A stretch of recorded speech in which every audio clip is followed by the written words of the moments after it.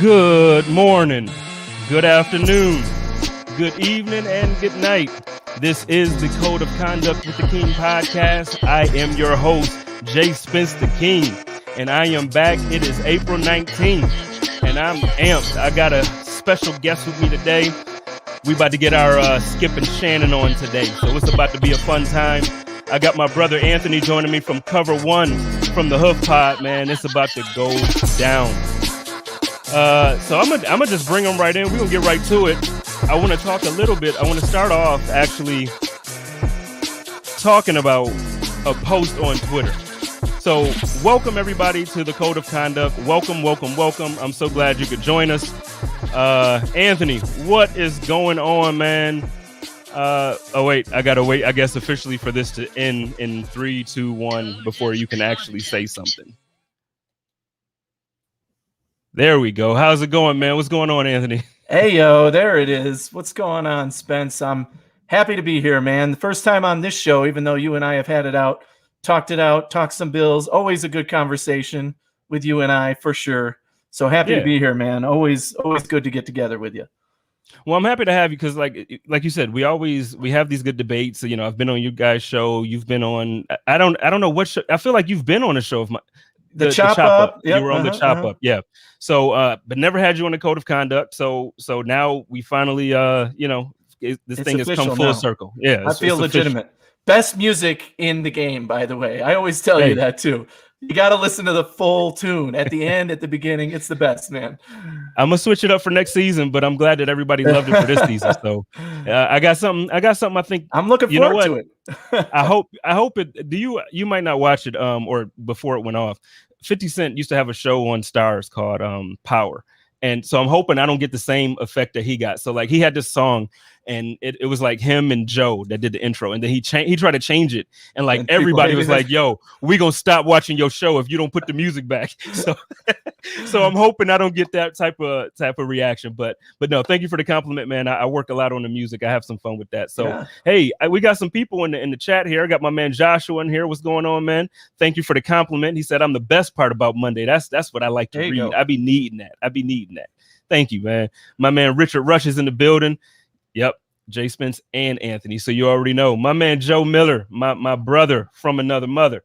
And he already, we got to represent the Life Church of Buffalo. Shout out to Pastor Pete and everybody out there in West Seneca at Life Church of Buffalo.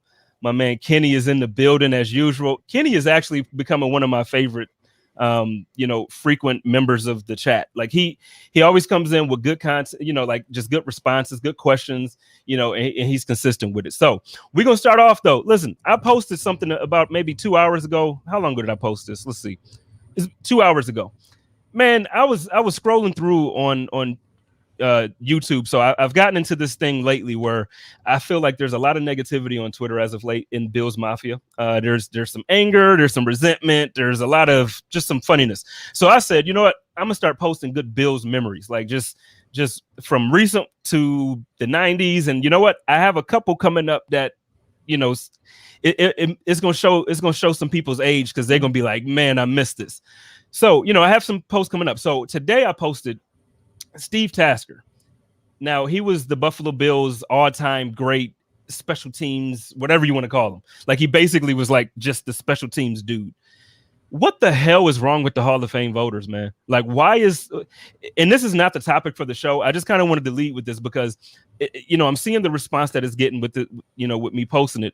Why is he not in the Hall of Fame? I really don't understand. What do you think? Like, what is stopping Steve Tasker from really being recognized as one of the greats?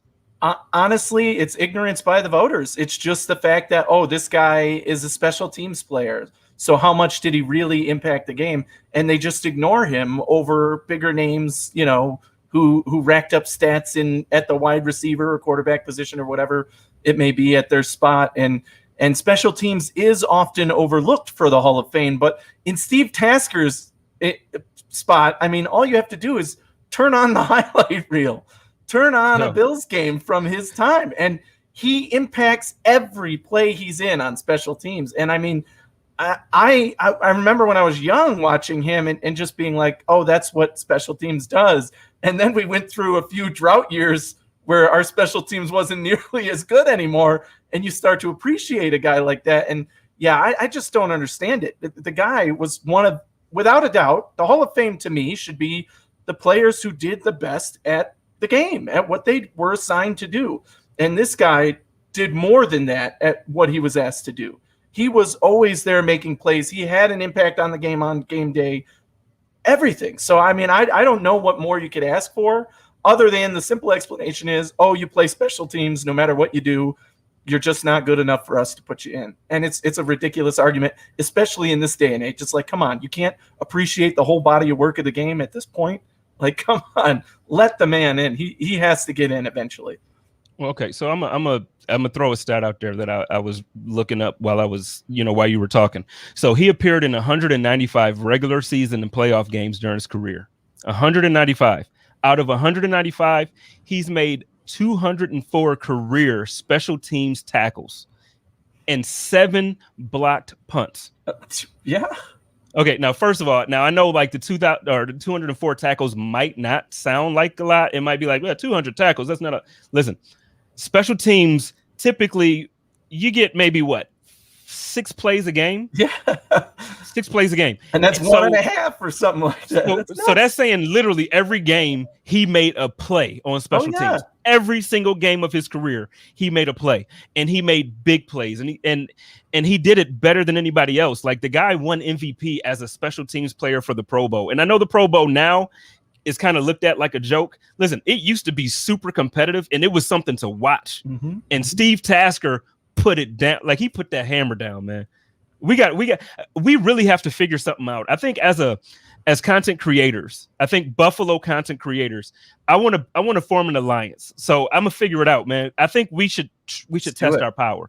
Really, like, do we have the power, to really get the attention of the Hall of Fame voters and the media as like content creators? Can we really push we got to do it together though. We got to be together with this. So Joe, Anthony, everybody, I don't know, Bruce, and then Cover One. I'm gonna reach out to to Built in Buffalo. I'm gonna reach out to I already know I'm gonna forget a network. So somebody gonna get mad at me. So I'm gonna stop. But I'm gonna reach out to all of the Buffalo networks because really we gotta do more than just complain about it on Twitter as fans. We really have to come together and say, hey, let's get our guy in there. He deserves to be in there. Let's get him in there. Let's get him in there. Best at what he did, period. If you ask anybody, any teams, organization, whatever, who are some of the best special teams players of all time, I guarantee you every single person who knows anything about special teams is going to bring up the name Steve Tasker. So, I mean, it just doesn't make sense to me. That, to me, means he should be in the Hall of Fame. The guy did it. Oh, go ahead. Right? My bad. Yeah. Yeah, I mean, he deserves it. Well, the only way you don't bring his name up is if you don't know about football. Like if you don't know special teams. That's what I mean, yeah. And it's okay. It's okay. I feel like it actually breaks my heart to a certain extent because I feel like it makes me feel that the voters either A, don't value special teams, or B, don't really watch the full game, which is a tragedy. I have this debate all the time. So there's 2 guys that I got really, really close with that in the area that I just moved to. We're at the dog park and we're talking all the time. There's one guy in particular. He does not value special teams. So obviously, all year I'm like, extend Andre Roberts. So like to me, special teams, I truly look at it as 1/3 of the team. So I know they're not on the field for 1/3 of the time. I know they're not. I get it. However, the fact. So let's just use this year for a quick example. Mm-hmm. The fact that consistently Andre Roberts was able to have Josh Allen start he started the offense on the 40-yard line or the 45-yard line. And then sometimes in the other team's, territory. That is so important. And you cannot understate the value of field position on special teams. So now in history, if you look at special teams history, it's going to be hard pressed to find somebody who did it better than Steve Tasker. And I don't want to be a homer, so I'm not going to say he was the greatest of all time. But what I will say is, if he's not the greatest of all time, I'm gonna challenge you to name me who is. So I'm not gonna go out on a limb and say he's the greatest, but I'm gonna challenge you if you're saying he's not. Who's the greatest? I think that's a fair question because And the dude was awesome, man. Part of it makes me want. Well, there's two things that I think could be diminishing him in the eyes of the people who are actually voting. One is the time since he's played now, right? It's been a while. And you don't, the guys we're seeing put in the hall now are like Peyton Manning and everything, these guys who just became eligible, right? So these voters have these recent guys in mind that they're voting for and thinking about, that they're not doing their homework enough on a guy who's been nominated multiple times like Steve Tasker. They just kind of overlook him like, oh no, this is, I got to vote for Peyton Manning and this guy and whatever.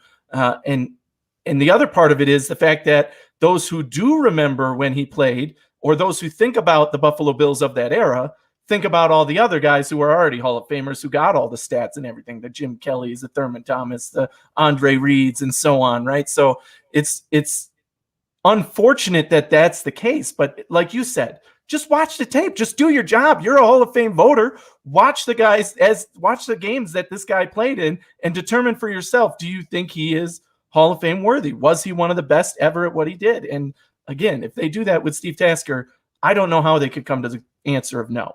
So like I said, you'd be hard pressed to find another person. Yeah. My man Kenny Riggleman says the only guy who can compete with Tasker is Slater from the Patriots. Those are the two best ever. And you know what? I can't debate with that. Now, if you said Slater, I would have to go back and actually really, really watch and look at the stats. But I know how great he was. I'm not going to argue with you if you say Slater, because that's a good point. But I guarantee you, you're not going to find many others. Yeah. And this is 1A, 1B. I'm good with that. And to your point on the value of special teams play, look no further than Sean McDermott and Brandon Beane. They have invested in special teams and really turned it around for the Buffalo Bills. And now it is a cornerstone piece of what happens on game day. It's field position. It was Andre Roberts for, those years that we paid him to be one of the best return men in football. It's the game you got to play. It's impactful. How many guys on this roster primarily play special teams? I mean, there's at least 3-4 names that we know of that are only there on the 53 for special teams. And I mean, but we don't ever see them at those positions. Well, and you think about it, people, I mean, a ton of Bills fans were complaining last year about Andre Roberts not being a big part of the offense. But like I said, to me, I valued the special teams aspect of it. So when you put into, I'm not sure, it's probably mixed red. I'm hoping I'm saying that right. Andre Roberts also made sure Allen got the ball 99% of the time while also giving good field position. Listen, he didn't turn the ball over on special teams. Mm-hmm. He didn't. Now, there was a couple times throughout the season that obviously it didn't work out. That's going to happen when you take the risk that he takes. But 8 times out of 10, it's going to be a positive thing for us. It's going to work, and it's going to. So special team, you're right. Coach McDermott, Brandon Beane, they love it. They value it.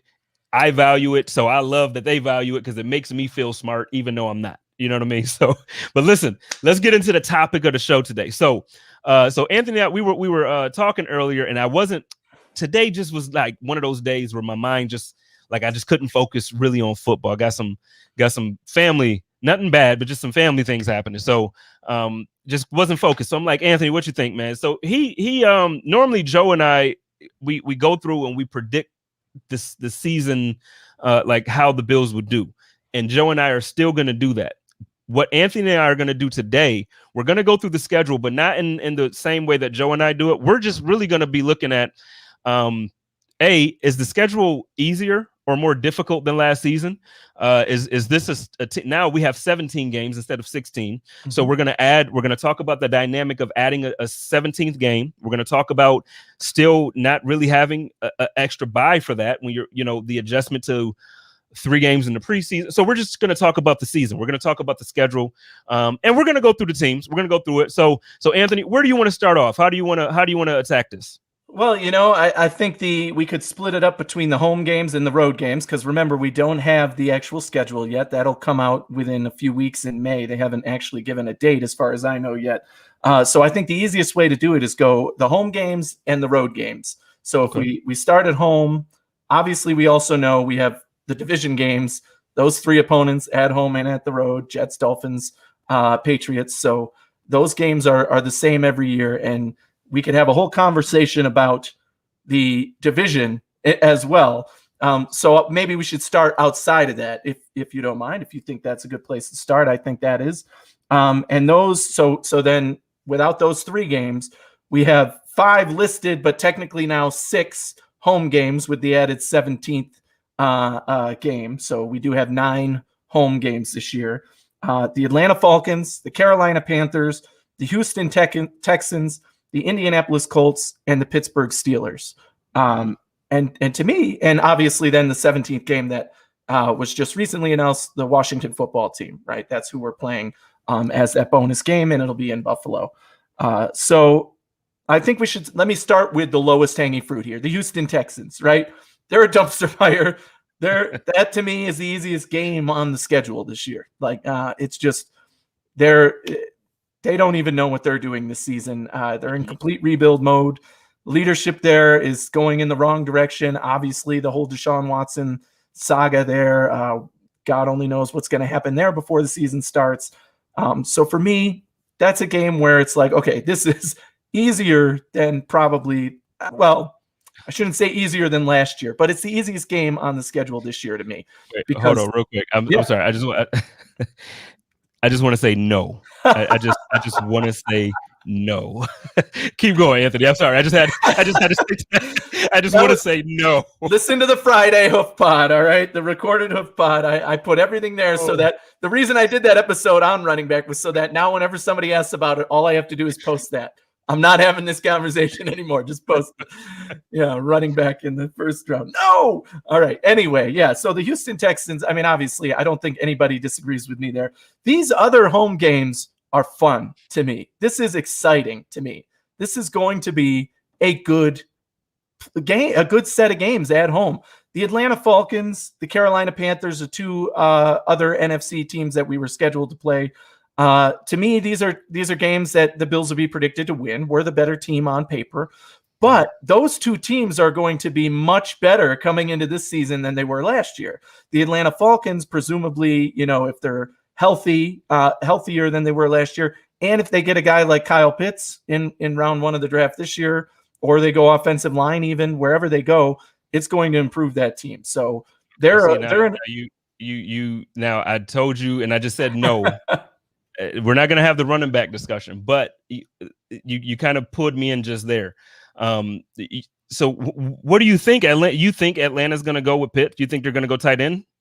I think Pitts is the best player in this draft. So if they choose not to, then I would be shocked. That if they choose not to, it would only be for an offensive lineman, maybe. But I still, if I'm that team, unless somebody gives me like 5 first-round picks, I'm not trading out. I want the best player in the draft, and that's Kyle Pitts. And look at what it does to that offense. You've relied on Julio Jones, other third receivers, like Calvin Ridley, and now if they bring in somebody like Pitts with a quarterback like Matt Ryan, as long as he can stay healthy, that puts them in contention in their division and certainly makes them an electric offense to watch. Okay, so the guy that I was just talking about, like that I referenced earlier about at the dog park, who doesn't quite value special teams the same way I do, he's from Atlanta and he's a Falcons fan, and so we talk a lot. And this year was rough for him. And we, but we don't beat each other up about that because obviously I'm a Bills fan and I've been a Bills fan for the last 35 years, so I can't talk crap because we both were, we had some heartbreaks. But so talking about this, he's an Atlanta Falcons fan. There are a ton of, so we talk about the Falcons a lot. There's a ton of mock drafts that say the Falcons might actually go quarterback. Now, I know they're not getting rid of Matt Ryan this year or next year. They restructured that contract to where he's gonna be on that roster. Sure. The point is, I agree with you that Pitts is the best player in the draft. The thing is, though, I do feel that Matt Ryan they're gonna move on from him at some point, right? Soon. The thing is, you're hoping you're not going to be drafting at 4 again. Right. Is this the time to grab a quarterback at 4? It's certainly in play. And I mean, Fields would have to be the guy for me. So if San Francisco picks Fields, then would Atlanta go Trey Lance for the longer term development? I'm not so sure. I would take Kyle Pitts. If that's me, I'm still taking the best player in the draft and saying, hopefully I get 2 to 3 more good years out of Matt Ryan and draft a quarterback next year, whenever it may be appropriate, because you're not going to have a chance to get a guy like Pitts again. You will have a chance to trade up and invest in the quarterback you like, probably, but I don't know. Well, I want to caution my man John here. Matt Ryan is not washed. My man John Harris says that Matt Ryan is washed. Listen, he is not washed. You get that dude the right type of offensive line and Julio is injured, and now coming into the season, possibly he's coming in healthy now. We didn't see it last season. He had the hamstring that kind of kept him out. Mm-hmm. This season, if he's healthy, you got two great receivers in Atlanta. If they draft Pitts or if they don't draft Pitts, you got two great receivers in Atlanta, and Matt Ryan is still Matt Ryan. I'm going to tell you what, if we didn't have Josh Allen, you could do a whole lot worse than Matt Ryan. I'm going to just put it out there like Absolutely. That. I agree with you. Yeah, I'm 100%. I mean, he's a guy who can throw for 400 yards like that. Easy. And nobody bats an eye. Like he would just he just does it, right? He can do that. And especially for them, it's more their defense isn't very good at all, right? So they do need to fix that side of their team. But in terms of their offense, they can hang with the Buffalo Bills in terms of scoring points and making big plays and all that. They're not as complete as our offense is. Obviously, when their guys went down, we had John Brown go down and we were able to keep the rig moving, but they lost Julio Jones. And sure enough, it went downhill from there. And Matt Ryan himself was hurt. So, yeah, I mean, they're better than people give them credit for, which I think is my point here. Same thing with the Carolina Panthers to me. And it was coaching 100% for Atlanta. So again, I don't get to watch Atlanta a lot because I'm a Bills fan, so I'm paying attention. But speaking to him, he puts me on. Listen, I'm seeing a lot of the comments. It's the defense for Atlanta, man. Yeah. And that coaching staff, they were doing stuff. They were doing weird rotations, like not playing their best players on defense for the bulk of the, it's like they were getting like 40% of the snaps. Like that's like playing Trey White he's the best cornerback that you have. He's probably top 3 cornerback in the league, top 5, depending on who you talk to, right? I know we're going to get some haters in there about that, whatever. So depending on who you talk to, top 3, top 5 player in the league. That's like Sean McDermott saying, yeah, but we want to keep Trey fresh. So we're only going to play him every other. No. That's horrible. That's stupid. So they got some new coach in there. They got a new GM. It's going to be tough. You don't know what they're going to do in this draft because you don't know what direction that the new leadership wants to go in. They very well could want to draft their guy at quarterback, man. But let's move to the Panthers because the Panthers got better. Now the Panthers got better, and they're getting their stud back. I think Christian McCaffrey is the best. They didn't have to do anything to get better because they got Christian. They just got him back. And they made changes. So they made changes, dude. Yeah. So 100%. To me, they got better. So those are 2 games that I still expect the team to win. Absolutely. But I don't want to sleep on anybody. Like, I think it's gonna be a fun season. I think this year's schedule is more difficult than last year's schedule. We had a stretch there where we had some tough teams that we thought like, hey, this might be like, for instance, I was nervous. There was one game during the season I was nervous. Most of the season, like early in the season, I was telling Joe, like, man, don't be texting me all this nervous stuff, man. You texting me all this, and I'm like, we got Josh, man. We got Captain Comeback. We got fourth quarter king.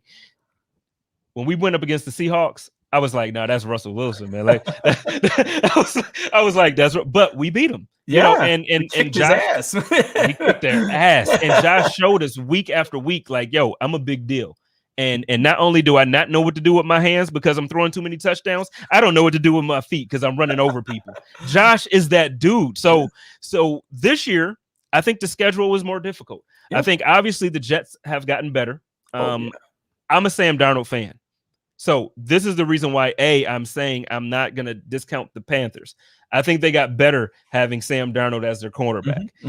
But I also think the New York Jets will be better with a new head coach and him having his guy. He has his quarterback. Right. So I think the Jets aren't going to be the pushover. You got guys that are going to be opting back in. And I don't know if you remember 2 years ago, that first game of the season before 3-point some game injuries happened, it was looking pretty rough. Yeah. That injury happened and the Buffalo Bills took off, and that's what happened. So I'm not sleeping on those teams. Oh, yeah. The Jets, to me, are underrated in terms of how much they've improved. First of all, just by firing their head coach. They could have come in with the same roster and me as head coach and done a much better job already. But they've also are starting to overturn that roster and build it the way they want to, just like Sean McDermott and Brandon Beane did when they came in. And last year, their GM did a pretty good job in the draft, and I'm sure he's going to do a good job this year as well, fill in some of those positions of need. The Jets, for me, wait, no, I'm sorry to cut you off. I'm only doing that because I know, like John just commented here about the AFC East bringing in tight ends because of the Bills, and they have to adjust. He's right. We're gonna do a whole, like, we actually have a topic about the AFC East, so I don't want you to dig too deep into the Jets really quickly. Right. So let's just steer towards. Let's go with the Colts. The Colts is interesting to me. Yeah, go ahead. These last two teams are interesting. The last two teams are the Colts and the Steelers. And you're right that I think these two teams are interesting because, in my probably unpopular opinion right now, both those teams took a step back this year so far. Really? The Steelers, to me, are what we saw at the end of the season after they started 11-0. And by not moving on from Big Ben, they've set themselves up for failure again, in my mind. They might be able to hang with some teams, but they're not going to win the games that are competitive that they should. A game like this coming into Buffalo, the way we stomped them last year, I mean, I still think the Bills are the better team in that game to me, although it would be fun, like I said. And it's still the Bills game for me. We're just a much better team. The Indianapolis Colts, their defense was really good last year, and we played them in the playoffs. And what happened? Phillip Rivers lit us up because that's the game plan we had going in. If we're going to lose, it's going to be because Phillip Rivers has to pass the ball and not because they're running all over us like we expect them. They're certainly not a team to underrate. This is probably, in terms of the home schedule, the hardest home game for me outside of the division, which are always competitive, obviously. But yeah, the Colts are good, but still have taken a step back from where they were last year, in my mind. Okay, see, I agree with you about the Pittsburgh Steelers. I think the Pittsburgh Steelers are done. I think that they are no longer the threat to that division that they've been for the last 2 decades. I do still love Mike Tomlin. I think Mike Tomlin's top 3 coach in the league. He won't get that credit in a lot of places. I think Bill Belichick, Mike Tomlin, and I'm not going to say my third because I got yelled at last year for it. I did a whole pod on it. Go back and look it up. I did a whole pod. But I just think that the Steelers at this point, like you mentioned, Big Ben is done. I don't think he's still good. He's going to give you games. He's going to score touchdowns. It's going to be fun to watch for Steelers fans, but the team is not. And then I don't believe in Juju. I just think he's soft. I think he's and I hate saying stuff like that. You know me, I'm always the first guy. Like, we don't talk about players like that because I am not a player. Juju's soft. He one of these new cupcake, like one of these new, this new soft, and it's a certain section of the new generation that's not soft. So I want to be very careful. I don't want to make it seem like the new generation is soft, but he's part of the soft generation. And I do not. I'm so happy that rumor that was alive for like 2 seconds that we were interested in Juju. I'm so happy that nothing came out of that because oh man, I can't stand Juju. Well, it's just put the antics aside and play on the field. Play the game, man. Just put the game aside. You out here dancing. Exactly. On, you want to trash talk? You better be friggin' T.O., all right? You want to do something like that? You better be the best player on the field, not this guy who's absolutely underwhelming and hasn't lived up to expectations. And yet week after week, all the way to the end of the season, he was trash talking and dancing on logos and causing a stir off the field. So, yeah, for me, I'm not excited about him either. I mean, I'm saying dance when you score touchdowns, dance when you get first downs, dance when you have a 150-yard game. This guy had, now this isn't horrible stats by any means, but for the cockiness and the way he just I'm sorry, I'm stuttering because this ignorant display of just like, he had 831 receiving yards last year. 831. Now, that's not nothing I'm not saying it like it's bad. He wasn't at the top of the league to be dancing on other teams' logos. Yeah. Dude, do you know it's the NFL? That's the only reason why he didn't get his teeth kicked in. You're right. If I did that in high school, dude, I didn't play in high school because I went to City Honors, right? But some of the kids at City Honors ended up playing, and I think they had to play for they played for Riverside or South Park. They played for South Park. So could you imagine a kid at South Park dancing on Bennett's logo and thinking that they're going to go home afterwards without a concussion? No, man. Juju soft. I'm sorry. That went on a tangent there about Juju. Hey. The Colts is the one I disagree with you about. Mm-hmm. I think people, recency bias, I think people sleep on Carson Wentz. Mm. I think y'all sleep on Carson. I think Carson is by far, and I'm saying by far a better quarterback than what the Colts had last year. And I know that we got 8 up in the playoff game. I know we got 8 up in the playoff game. However, that was the game plan. Like, to your point, yes, if we wanted to shut down Phillip Rivers is not beating the Buffalo Bills secondary. That's not happening. That running game was the concern going into it because Jonathan Taylor is a monster. But come on, man, let's be real here.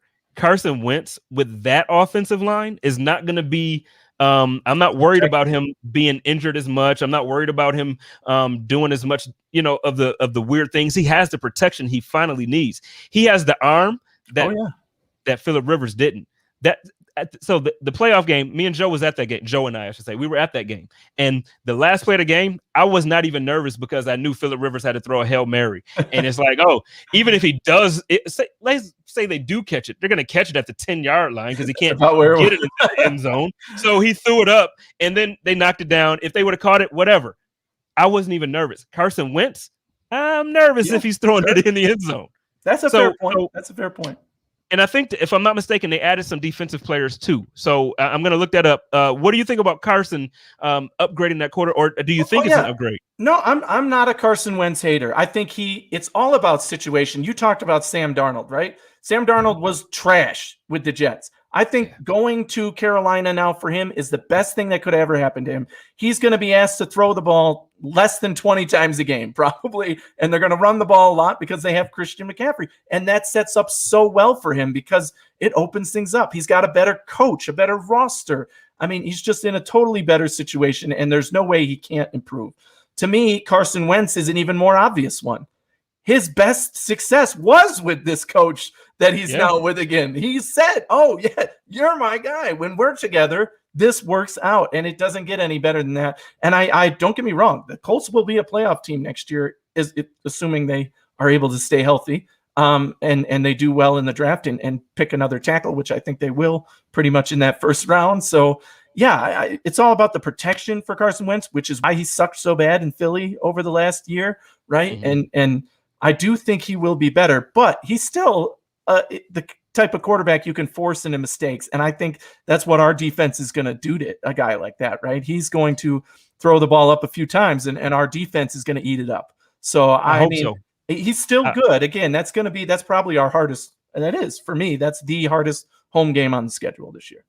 I agree with you that it's the hardest home game I guess. Okay. Here's the non-division, love. Right? Yeah. Right. Because here's the love coming out. I keep saying, and I've been very vocal this year. Last year I was vocal saying that, Cam is my guy and I'm with him. I'm still with Cam. I'm not like with him like I'm with the Patriots, but I believe in Cam Newton as a player and as a guy. So if Cam shows us something, if not, I feel like, if he doesn't show us something this year, man, he has to retire. Like, your career is over. Your shoulder's shot. You got 2 chances in New England. Oh, yeah. And this year you cannot make the excuse that you don't have weapons. Preseason. You got a whole, You got preseason. You had a whole year with the coaching staff, with the playbook. You got off season. You got all this stuff. And now you got another off season to get healthy with that shoulder. You can work on that throwing motion. Every excuse in the book that Patriots fans wanted to throw out for him last year, myself included, because I'm a Cam guy, he can't give us that. He got 2 good tight ends. 2 good tight ends. I guarantee you they're going to have a wide receiver in this draft too. I guarantee you that offense is going to look completely different. If Cam Newton can't get that ball out, it's going to be tough, man. So I'm saying that the Colts will be the toughest team that we face at home this year, with respect to if Cam Newton if he can step forward and he can be the guy that I used to be like, man, I love Cam. Well, if he's that guy, it's a different game. I would put it this way, and you'd probably agree with me here. There's a difference between toughest game on the schedule and game that means the most, right? That you get up for the most. No matter what, we circle that New England game on the schedule. I don't care when it is. If it's week 17 and we don't have our starters playing, it's still an important game, and I still want to beat the crap out of them no matter what, right? Well, wait, is it that way now? I feel like we got the monkey off our back. We beat them twice last year. I don't care. Do you think no? I mean, like, I still want it's a division game. Is Bill Belichick still there? Is that it's a division game? But you know what? That rivalry means more than New England or more than the Jets or Miami. Like, that's our biggest opponent. That's the game that people judge us by the most. So no matter what, okay, I just get up for now. That, but now I look at Miami like that. I don't look at the Patriots as a threat no more. I look at Miami as a better roster, top to bottom. You have to compete in order to be. We've crushed Miami every single time. Josh Allen literally owns that entire city. I agree with you. I agree with you. So to me, that is a wash. They're never going to beat us. Well, we can't say. Listen, this is the reason why I say Miami. We have owned them. I'm not saying that like Miami is just like a juggernaut that is going to come in here and crush us. I think we're better than them. I think we're going to beat them. I'm not worried. What I'm saying is I think they're still the second best team in the division.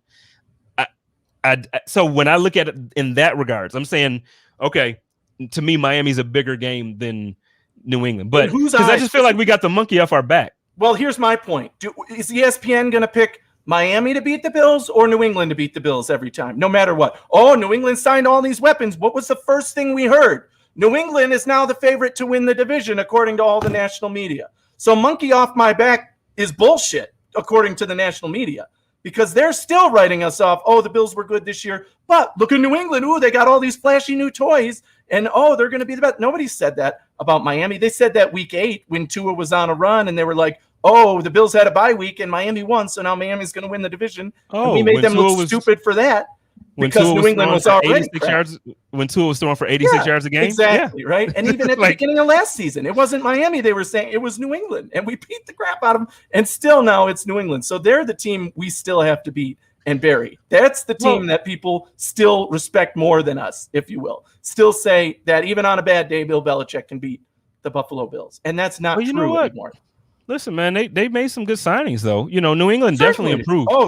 It's tough to get worse than that roster last year. Let's put it that way. Well, but on top of it, just in reality, now Nelson Aguilar, he has had times where obviously fans have been critical. In Philly, obviously fans were critical of him. He played very well in Las Vegas. He absolutely improved in Las Vegas. So they gave him a better wide receiver. Kendrick Bourne, he's not a guy that I'm looking at as like a top 20 wide receiver in the league, but he's a guy that can get open. He can absolutely get open. Calvin Noy is going back home. Mm-hmm. He's a stud. Probably the biggest one for me. Yeah. That's the biggest one. We know what they do. Those two are good together. Belichick and Van Noy. No, he knows that system. He's going to come in and click right in. The others are all unknowns. It's tough when you join a new team and you've got an entirely new offense. Yes, they're good players. Yes, both of those tight ends are dynamic, but how are they going to use both of them? And the biggest question mark, obviously, is quarterback with Cam Newton. If he looks like he did at the end of last season when he couldn't throw the ball 8 yards, then I don't care who's on the field with you. You're not going to play well. So it's still interesting. They definitely got better, and it's definitely more competitive, and that's what we need to talk about when we get into the division, because all three of those teams are better than they were last year. Well, maybe not Miami, but we'll get into that. So, I mean, I love Bruce. I'm sorry. He said you're yelling about the national media. Right. All is right with the world. Like a warm blanket. That's right. They still disrespect us. And we can get into it now. Yeah, we can get into it now. The one game we skipped that I think we do need to put some respect on is the added Washington game at home, and only because Fitzpatrick is now the quarterback there. As far as we know, he's going to be the starter. And again, we don't have the schedule, so that could be week 1 or it could be week 17, and a lot could change before then. But Fitzpatrick is you think Fitzy's going to start over Heineke? Yeah. Heineke looked impressive at the end of the year, man. I think it's going to be a competition. Yeah, but Fitz is going to be the guy. He always is at some point when he joins. Well, no, so they might start with Heineke. Well, yeah, no. Fitz is a curse to any starting quarterback. There's always going to be an injury during the season, or something's going to happen that he gets pulled and Fitz goes in and he makes everybody fall in love for 4 games. And God bless Fitz. I'd say it every time we talk about Fitz. Fitz is the girlfriend that you broke up with, that like she's no good, but you just love her so much, and it's like, and that's you miss her. And that's why it's always fun when he comes back to Buffalo. So, I mean, it'll be exciting, that game, just because he's on the roster, even if he doesn't play. But the other note with the Washington football team is they're probably the best defense on paper that the Bills play this in at home, at least. We haven't gone into the road games, but probably overall on the schedule, they're one of the best defenses in the NFL. So, and another year under their belts, if those guys take the next step, that team's going to be even better on defense. We don't know what that team's going to be overall. And again, I still pick the Bills as favorites. Obviously, I think they will be. That's another thing, big picture. This is the first year in ever that I can remember, ever, that the Buffalo Bills will be the favorite at home in every single one of these games. There's no question in my mind, unless something absolutely insane happens. And even with that, in some of these games, the Bills are going to be the favorite going into every single one of these home games. We couldn't say that last year before, when the Bills were good. You probably have to go back to the Super Bowl years, and even then, there were probably some competitive games. But that is quite the step forward. I think there's only 3 games on the schedule I can see the Bills not being favored. And really 2 is where they shouldn't be. But I can see 3 being the Chiefs, the Titans, and the Bucks. I don't think, and it depends how Jameis comes out and looks with the Saints, but I don't think that they're gonna put Jameis above, Right. But we don't know how he's gonna look, man. I like Jameis. I do. I feel. I know the 30 year. Everybody made fun of him. He still threw 30 touchdowns, man. Like I get it. The 30 interceptions was there, but he threw 30 touchdowns and 5,000 yards. That's not easy to do. Yeah. I mean, I agree. It's his interception problem 2 years ago got him benched and kicked out, and then to backup duty. But he's going to get another shot in this league, and if he can clean that up, we know he's capable. He's still a threat. He can run, he can pass, he can make plays. We'll see. He's definitely an X factor for the Saints, although their whole roster got a little bit overturned with the cap situation. So I'm not as high on them nearly as I would be in the past, for sure. Well, let's do this. Let's switch gears here because well, real quick, I do want to just finish letting everybody know who else we play. So now we go again, and obviously we go again with Miami, New England, and the Jets. But then we face the Jaguars, the Saints, the Buccaneers, the Titans, and the Chiefs. I don't want to go through each game because, like I said, that's what Joe and I, we have a show dedicated to that. But what do you think? What's your record this year? 17 game schedule. First. It's really early to ask me that question, I'd say, because here is my immediate thought. The division is right where I go. Those 6 games are pivotal. And those teams we just got talking about all got better.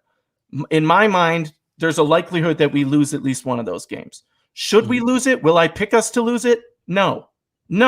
We're going to be the favorite going in. We should win the game, but those games are competitive and they're division games. And whether it ends up being the Jets, probably not the Dolphins, see previous response about Josh Allen absolutely owning them, or it's New England on a good day, we're probably not going to go 6-0 in the division again. For the first time, we did that last year. So It's realistic to think that we will at least lose one of those. So 5-1 in the division. And then you go to these other games, and the 2 that stand out, obviously, are road games right here that we're going to talk about, or we're going to mention here, the Chiefs and the Bucks. I mean, those are again the toughest games on the schedule that you need to get up and play. At this point, we have not proved that we are better than the Kansas City Chiefs. So last year I picked us to beat them. This year I would not. You have to show me you can beat them now, right? They kicked our butts, and now you need to say that we've made the improvements, that we've done it, that this team is different, and now we can win that game. So in that game, I would probably count that as a loss for now. The Bucks, this is for me, this is the revenge game, right? This is Tom Brady.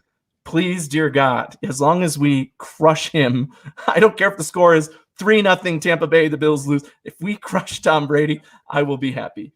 That's unlikely to happen. They have a really good offense. I've said last year that I could be quarterback of that team and they would do well, or that Jameis Winston could still be quarterback and that they would do well. So they just have a really good roster. That's why they won the Super Bowl. They're Super Bowl champs. So, I don't see us being favored in that one, especially now it's on the road too. So that's another big one. So that's 3 losses right there. I think that's about right for me is the prediction that I'll have for the season. So 17 games, that's 14-3. Now that's pending that 17th game, right? Yeah. That 17th week, no matter who it is, right? Maybe it lines up that Tampa Bay is that game or Kansas City is that game and it's completely irrelevant and it's a loss anyway. Then that probably bumps us up to, 15-2 instead of 14-3. Wow, these numbers are so weird. It's so weird to say that out loud, right? It's like 15-2. That's not right, but it is. So I mean, I'd say 3 losses 13-4 is the max for me. I'm going 13-4. I'm gonna go 13-4, which is still an amazing season. I think we lose one to Miami, and I think we lose one to New England. I think we lose 2 games in the division. I know that Miami. Listen, I think you really underestimate how good Miami is, and we're more likely to lose to the New York Jets than we are to the Miami Dolphins. You heard it here first. You heard it here first. I don't believe that. I think you are underestimating the Miami Dolphins, and I said it all last season, and they proved me to be right to a certain extent. They weren't the team that their quarterback wasn't there yet. You know what I mean? But and he's still not there. He's still not there. But he's going to be a year better. He might not be year 3 Josh Allen, but he's not going to be year 1 Tua. So I'm expecting him to take a step forward. I'm expecting him to look a little bit better. I'm expecting the weapons that they got there to step up. They have hella picks in the draft, and that coach drafts well. I feel like it's we got spoiled last year going 6-0. Bills fans, we're high and mighty right now. So we think, we feeling ourselves like Beyonce and Nicki, and we can't. We got to stop that, because the thing is, it's not common for teams to go 6-0 in the division. 4-2 is an amazing year. Yeah. I'm thinking we're going 4-2 in the division. So that's the only reason why I differ from you with that one game. Chris Jenke said in the chat something that I was going to mention too, and that's that the end of the season lately has been divisional games, right? And I love that. Go ahead. If you tell me we're playing the Dolphins in week 17, then sure, we can lose to the Dolphins, probably because we're not playing any of our starters. And we still crushed them this year in that scenario. And I said the same thing at the beginning of last season. And if that's New England, great, even better. If they're playing well and that ends up being one of our losses, it means nothing if we're already locked up. I would love to be wrong completely. Like, let's just destroy everybody. I'm saying 13-4. Let's go 17-0. Damn it. Let's do it. I would love it. But let's switch gears real quick, because we only got about 12 minutes left here. We're actually not even going to be able to get to the AFC East like I wanted. So I might have to just bring you back for a part 2 on this. There you go. But there's a comment in this section here that I'm about to bring up. So when news about this gentleman first broke, I jumped in the chat as soon as I saw it, and I DM'd Bruce and Joe, and I said, okay, just tell me no. I didn't say anything else. I said, just tell me no. I know who you. What are your thoughts on Sheldon Richardson? Because I already know, like, we shouldn't get him. I know we probably can't afford him. I know it's probably a luxury that we just can't afford. I know. Why not? Like, what are your thoughts on Sheldon Richardson, and what are your thoughts about Sheldon Richardson and the Buffalo Bills? Yeah, well, Sheldon Richardson to me is a legitimate player. I mean, he's going to be a starter on somebody's team this year, right? He didn't get cut because he wasn't good. He got cut because they signed somebody, and the salary cap this year, they had to make a decision, and he was the guy to go. He's 30 years old, I think, and still a legitimate starter. He will, wherever he goes, he's going to have an impact. Let's put it at that, right? Now, if you talking Buffalo Bills, if you rewind back to the beginning of free agency, when we're talking about a guy like J.J. Watt, who I never wanted us to sign for reason, give me Sheldon Richardson all day. Like, I would have been like, sure, sign this guy. He's out there. Why not? He's an upgrade. And instead of looking at a guy like J.J. Watt, you're probably not going to pay him nearly as much as J.J. Watt, but at this point in time, because of the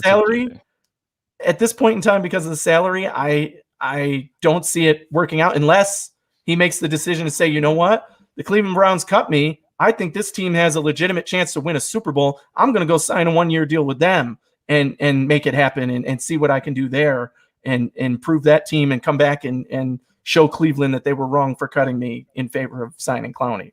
But it's a long shot. It's a much higher probability that a team that still has a lot of cap money, the Jets, the Jaguars, those top few teams are likely to take a stab at him because it's an upgrade and you still have room. So why not?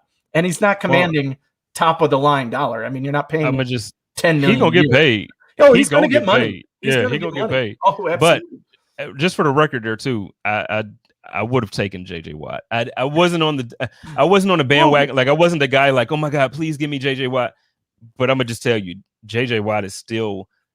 If you go back and act, and I'm sure you have, and I'm sure you have watched him. If you go back and watch the film, I know, because like now a lot of people are saying like, oh, his numbers are down. He's not getting the same sacks. He's not doing it. That guy is getting double and triple teamed every freaking play. When he's on the field, he is a game changer every single play. So I would have taken. I get it. I agree. We In did the better words- things with the money. I don't know Yeah. why PFF still wants to hate about our team, like talking about we did bad, like we wasted money now retaining our players. Did we Okay. not make it to the Okay, AFC George. Championship? PFF, listen, I shout out to my guy EJ Daniels. I love EJ. EJ is a good guy. PFF, man, they're a good company. They do a lot of good work. However, there are times that they come out with these opinionated. I'm not gonna have the argument about the stats right now because I can debate that too. But there's a lot of opinionated stuff. Like when you say they wasted money, that I think the article said the money could have been spent better elsewhere, Yeah. like JJ Watt. So you mean to tell me? No. Go ahead. I'm sorry because go ahead. In the words of your own Bruce Nolan, right, of Rumblings, it's a value proposition. That's why as soon as JJ Watt came into the conversation, I was like, no. You're getting points with Bruce here. I'm not You're paying getting this points. guy $15 million to come in here and have an impact when I can use that $15 million to re-sign 3 other guys that we need. And to me, there's also the other story of JJ Watt, the fact that he, once he signed with the Cardinals, who were not even in the conversation because it was supposed to be playoff team, he wants to win. All he wanted was money. Okay. We know that clear. All he wanted was money. I don't blame the guy. There's nothing wrong with that at all. Get it. Wait a minute though. You say that, but wait, you say that, right? That's what we say. Yeah. Arizona Cardinals are a team to be reckoned with this year. 3rd place in their division. That's to be reckoned with. 3rd place in their division. 3rd place in their division last year. No, 3rd place in their division last year. I'm talking about this year. Have you seen what they've done? Have you? Yes. Yeah. I mean, they've improved, but they're the Cardinals. All right. Until they can prove to me that they can beat the Rams and San Francisco and those teams that are above them consistently, then and I'm not a pure believer in Kyler Murray. And I've been on that train for a few years now. He's got to prove it to me before I put him in the top 5 conversation. What did he not prove this last season? Did they make the playoffs? Did they win those division games? No, but it's a team. Wins are not a quarterback stat. You want to quote Bruce? True. Quote him all the way. All quote right. him all the way. Fair enough. No. Yes, but watch those full games and tell me that he's not the reason they weren't winning some more of those games. To me, he's not there. He's not Josh Allen. And people wanted to put him in front of Josh Allen last year when I screamed and shouted about that in the preseason. Okay, just check this. So they got JJ Watt. That's an improvement. Whether you want to look at it like that or not, I feel like it is. If we get 80% of what AJ Green was, if we get 80% of it, you got AJ Green and Hop. And out here, I'm telling you, I'm out here. They're talking about Fitz coming back. I know he's older, but he still fits. I'm just saying. I'd rather have Fitz than AJ Green at this point. That's just me. I'm also not high on AJ Green. I'm not saying I'm high on AJ Green. I'm saying if AJ Green is 80% of what he was, though, if he comes into the season kind of healthy, that's nasty. So wait, let's just keep looking real quick. They just signed John Connor, the running back, right? James, or whatever his first name is, James Conner. James Conner. Yeah. So their running game, to me, they upgraded over last year. Kenyon Drake didn't play well. He didn't play well at all. You just signed somebody you have no idea if he's even going to be healthy or do anything. They're probably going to draft a running back, if you ask me. They got it was a good contract. That was they signed him for 1.75. Oh yeah, so it solid was signing. Yeah, he's not the number 1 guy guaranteed. I think they're going to draft a guy. Now they also got worse. They signed Brian Winters, so they got worse. That was horrible. But in all seriousness, though, man, like you're improving your roster. You're giving your guys some more weapons. They brought in Malcolm Butler. You know what I mean? So they're doing some things. Are you putting them over the Rams and San Francisco at this point? I'm not. They're 3rd in the division at best. I am putting them over San Fran right now. I am not putting them over the Rams. Okay. I love what the Rams are going to look like this year. And Seattle's still in that division too. So Seattle's defense is horrible. Their offense has gotten so much better. But no, they still haven't even improved the offensive line. Like you're not even going to protect your quarterback. Your defense sucks. Yeah, give them weapons, give them wide receivers.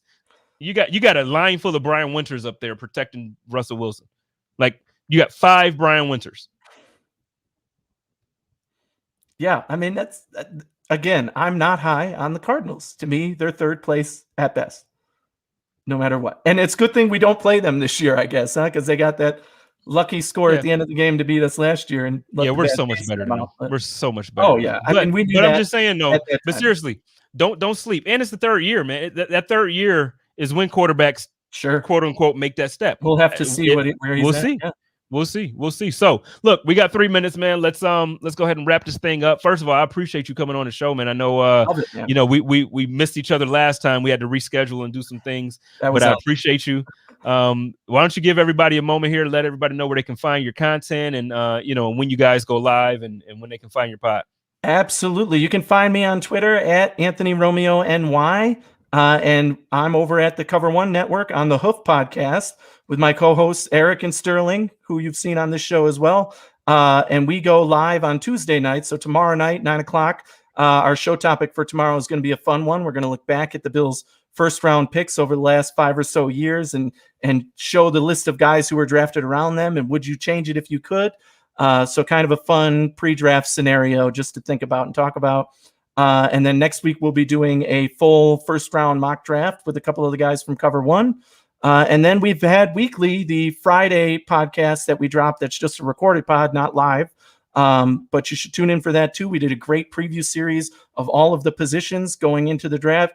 And then now we've kind of been picking different topics to go over. You heard earlier in the show that last Friday I did a solo pod where I talked about why the Bills are not drafting a running back in the first round period. So hear the full story there. And now I have at least one go-to response anytime somebody asks me about it, because I break it down pretty fully in detail there. And yeah, so come on over and to the Hoof Podcast on Tuesday night. Tune in Friday, and we always have a good time, man. I just had a coughing jack there, so a little messed up, but thank you. I want to make a quick announcement too, a couple. So next Monday, the Code of Conduct will be scheduled. Good grief, man, that was bad. The Code of Conduct will air I'm good now. The Code of Conduct will air is scheduled at 9 p.m. It's going to be the Colossal Code. Good grief, man. I got the biggest and the dopest cross show ever. We're going to be doing the draft. We're going to be talking. I got Bruce Nolan. I got Dave Tilton. I got Joe Miller and Greg Thompson. And y'all see who that special guest is going down, right? That's Monday. Tuesday, I'm going live again. And guess what? I got the homie. I got the coach that's going to tell us if we do really want that running back in the second round or the first round. I got the guy that can tell us because he looks at him every single week down there in Clemson or at Clemson. So join me Tuesday with CJ Spiller at 9 p.m. Join me Monday at 9 p.m. for the Colossal Code or Colossal Conduct, whatever I called it. It's going to be fun. Listen, I love y'all. I appreciate y'all. And y'all know how I do here. Love each other. Take care of each other and live in peace. And as always, stay positive, test negative, go Bills.